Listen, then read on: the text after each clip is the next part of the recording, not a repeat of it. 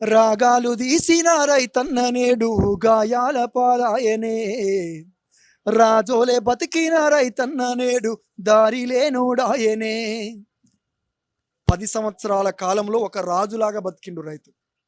10 సంవత్సరాల కాలంలో తన ఇంటి వద్దకే రైతు బంధును పంపించండు కేసీఆర్. అట్లాంటి రైతుని ఇవాళ నువ్వు రోడ్ల మీద ఎక్కించినావు. రైతు ఏడ్చిన చోట రాజ్యం నిలవదు.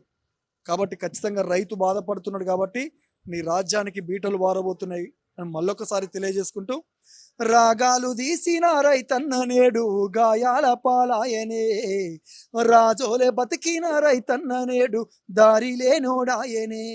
నాడు పచ్చాని పల్లెల్లో నెలవంక తీరు నిలిసిన రైతన్నా వాలిపోయి నేడు కూలిపోతున్నాడు ఎవ్వరి పాపమన్నా.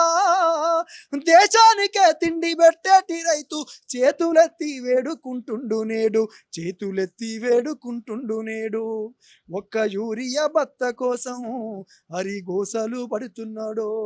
తన పంటను బతికించగా అయ్యో తండ్లాట పడుతున్నాడు. ఒక్క యూరియా బస్త కోసం హరిగోసలు పడుతున్నాడు. తన పంటను బతికించగా అయ్యో తండ్లాట పడుతున్నాడు.